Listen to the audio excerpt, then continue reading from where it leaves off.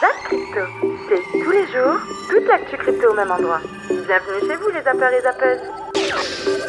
Bonsoir la cryptosphère. Bon, aujourd'hui j'introduis le zap. J'ai tenté de repousser la sortie du zap le plus longtemps possible pour attendre un maximum d'infos. Faut le dire, en ce moment il se passe pas grand chose sur les marchés. Mais enfin, profitons du calme tant qu'il en est encore temps. Une fois n'est pas coutume, on passe au Fear and Greed Index côté crypto qui se trouve aujourd'hui à 48 dans la zone neutrale. Du côté des marchés US, on est dans la zone de greed à 68 ou à 67. Oui, la tendance a changé très rapidement côté US. Des indices en hausse, mais toujours le défaut de la dette américaine qui plane au-dessus du marché. N'oubliez pas que vous pouvez nous retrouver en live du lundi au samedi sur Twitch. Je vous mets le lien en haut à droite. Exceptionnellement, aujourd'hui, il n'y aura pas de live à cause d'intempéries. Et oui, j'ai un temps pluvieux depuis ce matin. Et donc, autant vous dire qu'avec Starlink, c'est un petit peu la merde. En tout cas, on devrait pouvoir se retrouver dès demain à 18h. Alors, n'hésitez pas à passer si vous voulez venir débattre du Zap Crypto du jour avec nous. Vous pouvez enfin vous installer confortablement. Votre Zap va commencer.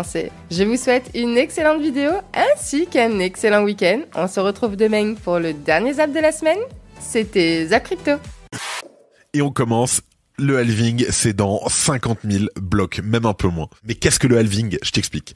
Dès la première publication du white paper de Bitcoin, le 31 octobre 2008, un mécanisme de halving était implémenté dans le code informatique de cette future monnaie numérique universelle, aussi décentralisée que révolutionnaire, grâce à ces échanges de pair à pair, sans intermédiaire. Ce processus diminue l'émission de Bitcoin régulièrement, ce qui en augmente la rareté au fil du temps. La récompense de bloc initial était de 50 bitcoins pour les mineurs participant au consensus de validation des transactions, basé donc sur la fameuse preuve de travail, la proof of work. Un premier halving s'est produit le 28 novembre 2012, réduisant la récompense aux mineurs à 25 BTC. Un second est survenu le 9 juillet 2016, faisant passer l'incitation pour valider les transactions à 12,5 blocs. Et enfin, le dernier halving en date, le troisième, est arrivé le 11 mai 2020, qui, comme vous l'avez compris, a fait passer la récompense à 6,25 bitcoin. J'y étais et tout le monde pensait que ça allait être un truc de ouf. Sur le jour même, il s'est à rien passé. On s'ennuyait littéralement. Plus le temps passe et plus l'inflation de la masse monétaire de Bitcoin se réduit. Elle continuera de ralentir jusqu'à tendre vers les 21 millions d'unités. D'où ce chiffre 21, StackSat 21, Bitcoin 21M, etc. Parce qu'il n'y en aura jamais plus que 21 millions. Alors, si l'événement est tant attendu, c'est aussi parce qu'il a marqué, jusqu'ici du moins, les départs de forts bull run pour le cours du Bitcoin. D'après les décomptes, jusqu'au prochain halving disponible sur la toile, le quatrième halving devrait se produire dans à peu près 49 560 blocs au moment où on enregistre cet épisode. Le réseau Bitcoin valide en moyenne un bloc de transaction toutes les 10 minutes. Cette merveilleuse mécanique de précision effectue ses transferts 24 heures sur 24, 7 jours sur 7 depuis plus de 14 ans désormais et sans avoir besoin de banquier. Cela nous permet d'estimer que le quatrième halving se produira autour du 27 avril 2024. Notez bien cette date. Pour rappeler, mais les monnaies fiduciaires comme le dollar et l'euro se déprécient en permanence à cause des impressions monétaires des banques centrales et de leur interventionnisme délétère. Bitcoin voit lui ses émissions se raréfier petit à petit, ce qui rend l'actif de plus en plus précieux puisque les BTC deviennent plus difficiles à obtenir. Alors, est-ce que cela va marquer le début d'une nouvelle phase haussière euphorique sur les valeurs? Plus que 49 650 blocs pour le savoir désormais. En tout cas, on l'espère tous. Dans cette vidéo, je vais vous montrer pourquoi les récompenses de staking sont un leurre et vous devriez simplement les considérer comme une cerise sur les gâteaux dans le cadre de vos investissements. Malheureusement, je vois trop de personnes sur Twitter qui investissent sur telle ou telle crypto-monnaie par rapport à son rendement de staking. Voilà, cette crypto-monnaie peut me rapporter 8%, 20%, 80% et c'est pour ça que je l'achète. Or, cette donnée du rendement prise seule n'a strictement, mais strictement aucune valeur. Si vous me suivez régulièrement, vous savez déjà deux choses. En général, les personnes qui achètent des farm tokens, donc les tokens de la DeFi avec une forte inflation et parallèlement aussi un gros rendement, sont souvent les personnes en fait qui vont vous payer vos rendements. Donc voilà, surtout n'achetez très rarement des farm tokens. Et deuxièmement, une de mes phrases favorites, si vous ne savez pas d'où vient le rendement, c'est que vous êtes le rendement. Ça, c'est hyper intéressant. On sent qu'XRP, c'est en train de bouger. Ils ont une première victoire face à la SEC de vice de procédure sur la disposition des documents. Au niveau business aussi, il y a des news. Ils ont acheté une société suisse qui s'appelle Metaco pour 250 millions de dollars. Donc c'est intéressant, c'est la première grosse acquisition d'XRP. C'est en train de bouger. Côté XRP, on ira voir. Troisième news ce matin, les amis, le président de la CFTC, qui est l'autre journal financier, assure que les échanges décentralisés seront réglementés un jour ou l'autre. Eh oui, nous, on veut tout réglementer, nous. Et donc, le président de la CFTC, qui est un peu le demi-frère ou la demi-sœur de la SEC, Rustin Bellman, a déclaré que les échanges décentralisés seraient réglementés soit par la CFTC, soit par la SEC un jour ou l'autre. En gros, la CFTC, ça s'occupe de tout ce qui est commodities, ces matières premières, et la SEC, ça s'occupe de tout ce qui est securities, de l'étude financière, les actions, toutes les choses comme ça.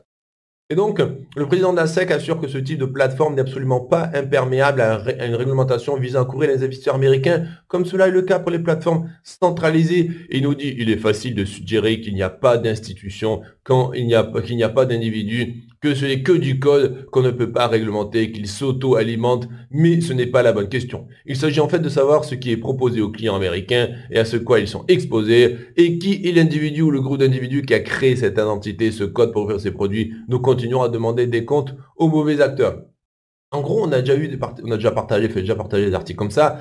Comment ils font pour taper? Eh ben, ils vont sur une plateforme décentralisée ou un projet décentralisé et ils vont voir une tête de gondole. En gros, ils vont voir une personne qui peut beaucoup représenter. Imaginons l'ETH, ils veulent taper sur l'ETH, ils vont aller taper sur Vitalik directement ou d'autres co-développeurs de l'ETH. Ils veulent taper sur un projet décentralisé, Uniswap, OneInch, je sais pas, SushiSwap, ce que tu veux, Cake. Eh ben, t'as toujours des gens qui sont un petit peu le devant de la scène. Les créateurs, on les connaît un peu. Rares sont ceux comme Satoshi Nakamoto qui ont créé et qui se sont barrés. Personne qui sait. La plupart sont toujours là avec leur petit bébé. C'est décentralisé, mais c'est mon petit bébé. C'est moi qui l'ai créé, tu vois. Et donc ils vont taper sur le papa. Qui dit taper sur le papa dit que tout simplement, les gens qui ont acheté le token, qui font partie de la DAO ou les investisseurs, eh bien, ils ont un petit peu peur. Donc ils commencent à vendre et tout. Donc tu peux toujours taper un petit peu, plus ou moins, un petit peu si tu veux, sur les projets décentralisés. Hong Kong qui lance un projet de monnaie numérique avec 16 banques qui incluent Bank of China, HSBC et Alipay. On a un virage de la Chine via Hong Kong pour éventuellement réintégrer toute cette partie crypto dans son écosystème. Hong Kong étant la plateforme, on en a déjà pas mal parlé sur la chaîne.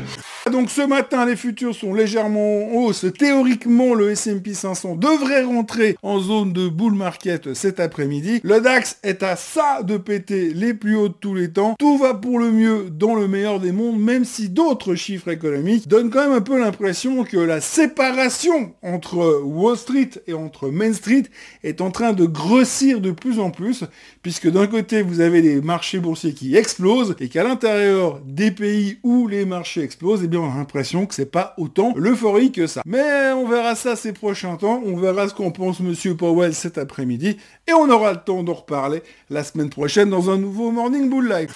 Le dollar, alors, vu que la vidéo elle va être plus courte aujourd'hui, j'en profite, je prends un peu le temps, pour ceux qui sont pas sur la chaîne depuis longtemps et qui n'ont pas encore vu ce graphique, qui vous explique pourquoi on s'intéresse tant au dollar à chaque début de vidéo.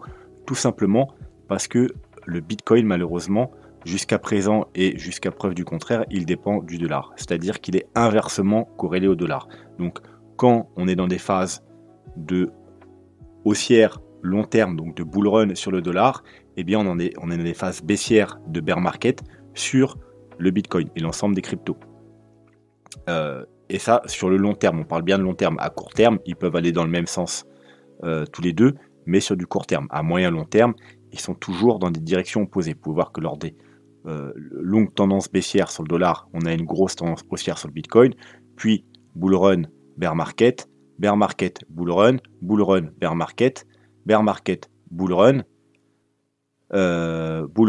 bear market, donc le dernier bear market qu'on a eu, qui est terminé ou pas. Et donc, on a potentiellement trouvé un top sur le dollar, et là, on est au début, on l'espère, d'un bear market sur donc une grosse tendance baissière long terme sur le dollar, et potentiellement on a trouvé à l'opposé un bottom, et on est au début d'un nouveau bull run sur le Bitcoin. Voilà pourquoi on s'intéresse énormément au graphique du dollar. On commence par le dollar index, donc je vous avais on avait vu ensemble qu'il y avait un objectif pour le dollar index à venir chercher les 103,5 points au minimum, quand on était à peu près déjà ici par là-bas. Pourquoi ? Parce que comme je vous avais dit, il y avait beaucoup de FUD autour du dollar. Oui, le dollar va perdre sa place de premier. Les BRICS montent en puissance. Tous les pays n'utilisent plus le dollar pour leurs transactions. Un hedge fund qui nous dit oui, nous on vient de shorter le dollar. Comme je disais, pour moi c'était bullshit. Le mec va jamais dire qu'il short le dollar ici, à part s'il est acheteur plutôt. Et donc on a eu le rallye parce qu'il y avait aussi beaucoup de stops à aller défoncer plus haut. On est venu chasser tous ces stops ici. Donc c'est bon, ça a été déclenché au-dessus des 103,5. Il y a la zone de rechargement de short qui nous attend un petit peu plus haut. Ok, maintenant que l'objectif a été atteint, il faut voir comment se comporte le prix.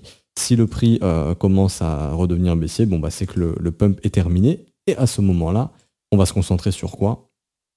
La zone de rechargement. Tout simplement. Est-ce que le prix va réussir à défendre cette zone de rechargement pour instaurer du creux ascendant ? Oui ou non ? Ça c'est ce qu'on attend de voir de la part simplement du dollar index. C'est-à-dire qu'en gros, si c'est bon, on est venu chasser les vendeurs, on retrace, et que le prix fait ça et il se maintient, c'est que là, il y a de grandes chances qu'on ait un rallye du dollar beaucoup plus important par la suite. Également, chose importante à noter, le dollar, il va arriver au contact d'une grosse trendline dans cette zone de rechargement de short. Je vous montre ça de suite. Mais juste ici. Là, vous voyez, on arrive au contact de celle-ci. Là, je suis en 4 heures, mais je vais prendre les niveaux ici. Et donc, bon, si je prends ce niveau ici, ça tape légèrement plus haut. Si je prends vraiment tous les points qui ont tapé la trendline de la structure en M-top, là, il faut vraiment être précis. Je vois que l'aimant, il a du mal à se mettre au bon endroit. 2 petites secondes. Voilà, c'est ce point que je dois prendre. On arrive très proche de cette trendline, vous voyez, dans cette zone de rechargement. C'est un niveau clé. Ok, donc pour moi, niveau clé aux alentours des 104,6 voire 104,3 points. Si on casse cette trendline et que le prix s'installe de l'autre côté, je pense qu'on pourrait avoir carrément la résolution du range et là un rallye beaucoup plus important sur le dollar. Si on est toujours baissier, on n'est pas censé casser cette zone, on est censé y venir, repousser plus bas et faire la continuation baissière. Donc pour moi l'objectif a été atteint sur le dollar, maintenant j'ai besoin de voir ce que dessine le prix pour savoir si c'est toujours baissier ou non. À l'instant T c'est toujours baissier, c'est-à-dire que quand tu regardes le graphique en daily, oui, le dollar est toujours baissier, ça y a pas de problème. Les sommets sont toujours descendants. Maintenant la question c'est est-ce que on va réussir à faire, par exemple, ça ? Ok, si on fait ça, il y a clairement un rallye du dollar qui se mettra en place. Donc là, pour l'instant, wait and see, mais pour moi, c'est bon, les objectifs ont été atteints. Maintenant, on verra bien ce que dessine le prix. Au niveau de BTC, dans lequel on voit une bougie qui est en train de se structurer, bougie qui est donc en weekly, qui est flat, qui est globalement flat, qui est plate, totalement. Donc ça veut dire quoi ? Ça veut dire que on a passé une semaine de neutralité. On a passé une semaine, le prix de lundi est égal au prix d'aujourd'hui, donc nous n'avons pas bougé. Pourtant, quand on regarde ça en weekly, on se dit qu'on n'a pas eu de volatilité. Et quand on regarde justement en daily, on voit qu'on a eu quand même pas mal de volatilité. Certes, accélération haussière, ravalement de bougies, accélération baissière, ravalement de bougies pour arriver sur une zone de neutralité. Globalement, nous avons fait une borne haute, une borne basse. On a oscillé entre les deux, donc on reste relativement flat. Sur la partie RSI, on voit que le momentum est toujours en train d'être croissant sur ce support ici. Rien de nouveau, en l'occurrence. Et quand on regarde ce qui s'est passé au niveau de l'order flow, on a quand même pas mal de choses, parce que on a ici un retour fort des positions des top traders. On a vraiment une belle réaccélération, malgré la cassure baissière que l'on a eu ici. On voit que durant toute la première partie de cassure baissière, on a eu une augmentation des positions, donc on a eu un rachat effectif, rachat qui s'est arrêté ici, avec derrière la prise ici de la cassure baissière, on le voit bien par cette chute qui a été effectuée, et ensuite une réaccélération haussière. Donc pour moi, on est dans des prises de position actuellement pour une accélération haussière. On n'est pas dans des prises de position pour un retournement. En tout cas, c'est ce qui est en train d'être montré ici. Surtout que nous avons cassé le niveau précédent, nous avons cassé ce niveau ici. Donc pour moi, ici, on est vraiment dans une volonté de racheter pour une continuité haussière. Chose qui se voit aussi ici au niveau de la totalité des comptes. Donc majoritairement, on est en achat. Par contre, moi, ce qui me dérange très fortement, c'est qu'on se retrouve ici avec un CVD spot qui est en train de s'effondrer et un CVD SPERP qui est en train de s'effondrer aussi. Ça, ce n'est pas positif. Quand on a une inversion entre les top traders, la totalité des comptes plus les CVD, contre les CVD, là-dessus on se dit que il y a une problématique de cassure. Je pense que le mouvement qui va arriver, ça va être un mouvement de chasse à la liquidité. Et c'est la question qu'on va se poser maintenant.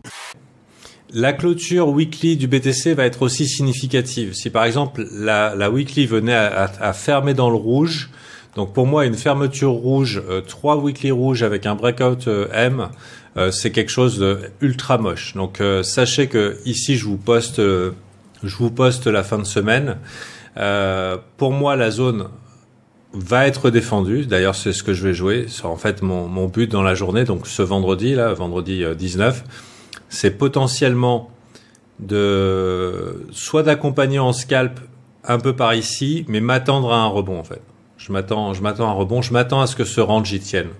N'en déplaise à ceux qui déclarent tout de suite que ça aille vers le bas. Et si jamais ça arrive pas, si ça arrive pas le rallye et que les lots ne tiennent pas, bon, on saura vite si ça tient pas. Hein. Globalement, les lots de la semaine là, 26 300. Si on s'installe en dessous, si on clôture une daily en dessous, ça semble très compromis. Donc l'avantage, c'est que ça va être assez facile de définir son risque. Si vous êtes bear, globalement, pas de clôture au-dessus des 27,8.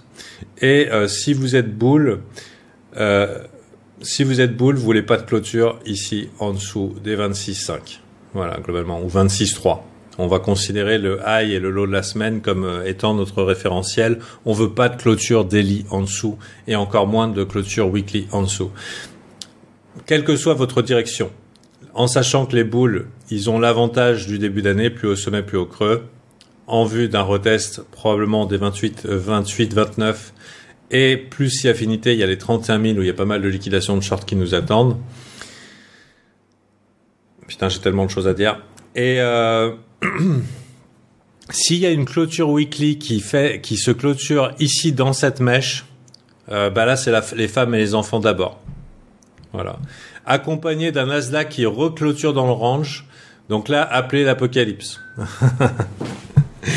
Donc ça se joue globalement dans ces 3 jours avec la clôture weekly. Si la clôture weekly se termine dans le vert, globalement on est relativement safe et on est parti pour plus de ranges qui vont un petit peu fatiguer les esprits puisque parce que les gens étaient fatigués par le price action de ces derniers jours. Il faut savoir qu'il était particulièrement ennuyeux sur le Bitcoin. On va parler maintenant de Bitcoin Frogs. C'est quoi Bitcoin Frogs? C'est un projet NFT sur le Bitcoin, donc c'est plutôt les ordinals dont on a pas mal parlé, qui vient de dépasser sur 24 heures le volume de vente de tous les NFT sur toutes les places de marché en se basant sur CryptoSlam. C'est assez énorme, c'est au-dessus des NFT de Yuga Labs, c'est au-dessus de Milady, c'est au-dessus de tout ça. 2 millions de ventes en 24 heures, ça reste, on peut voir des nombres de transactions pas si élevés que ça, mais sur le marché des NFT c'est beaucoup, on parle de 697 transactions, voilà, ça montre en fait que les NFT sur le Bitcoin ça marche, il y a de la demande, il y a du volume, il y a des acheteurs, les places de marché commencent de plus en plus à être utilisées, et c'est une bonne chose pour moi pour le Bitcoin, même s'il y a pas mal de gens qui sont contre. Tu n'es pas rassasié, retrouve à gauche le Zap Crypto de la veille et à droite le Zap Crypto de l'année dernière, jour pour jour. Tu as trouvé une ou plusieurs actus intéressantes? Fais-le moi savoir en commentaire.